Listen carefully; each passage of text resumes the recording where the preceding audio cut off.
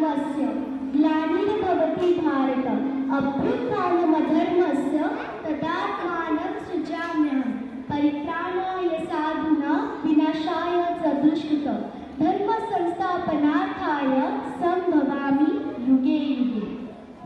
महाभारत के युद्ध में अर्जुन और कर्ण आमने सामने थे।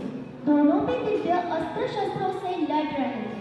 जब जब अर्जुन का रथ कर्ण के रथ को लगता तब तब कर्ण का रथ थोड़ा ही पीछे जाता, और जब जब अर्जुन के तीर कर्ण के रथ को लगते तब तब कर्ण का रथ बहुत पीछे जाता, और जब जब कर्ण के तीर अर्जुन के रथ को लगते तब अर्जुन का रथ थोड़ा ही पीछे जाता।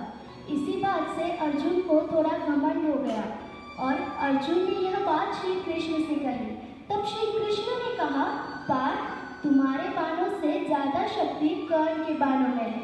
यह बात सुनकर अर्जुन ने कहा, ये कैसे संभव है?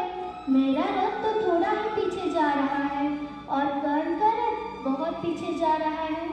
तब श्री कृष्ण ने कहा, पार्थ, तुम्हारे रथ पर मैं स्वयं बैठा हूँ। ऊपर ध्वजा पर हनुमान जी विराजित है और नीचे पहियों पर शेषनाग का थाम है। इतना होने के बाद भी कर्ण के बाणों से यह रथ पीछे जा रहा है। इसका मतलब कर्ण के बाणों में ज्यादा शक्ति है।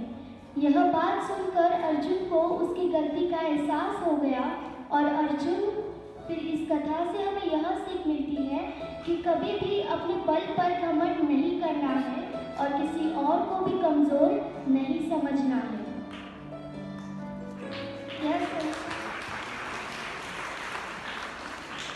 यह संसार हमारे ऊपर पत्थरों का बरसात करवाता ही है। कभी हमें बुद्धिहीन समझकर तो कभी असफल मानकर। कारण तो बहुत सारे हैं, पर इन पत्थरों से चोट खानी है या नहीं, यह हमारे हाथों में है। या तो हम इस पत्थरों से चोट खाकर आंसुओं में डूब सकते हैं, या यदि हम चाहें तो इन पत्थरों से सागर बनाकर, सेतु बनाकर इस समस्या का सागर पार कर सकते हैं। यह निर्णय हमारा है।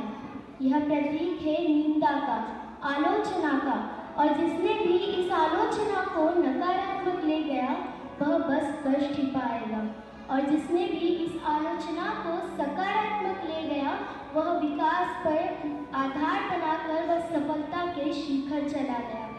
स्मरण रखिएगा, आलोचना हमारा शत्रु नहीं बल्कि आलोचना हमारा सबसे बड़ा मित्र है।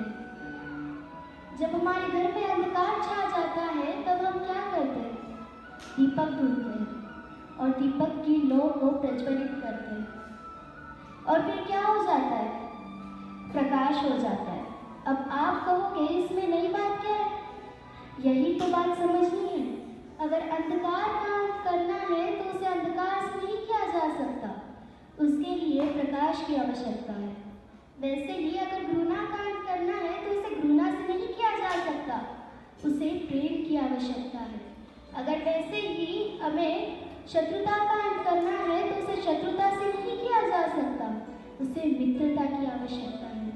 वैसे ही अगर हमें नकारात्मक से सकारात्मक की ओर बढ़ना है तो उसे नकारात्मक से नहीं सकारात्मक की जरूरत है। इसलिए जब हम यह करेंगे तभी तो हमारे जीवन में वास्तविक आनंद आएगा। राधे राधे।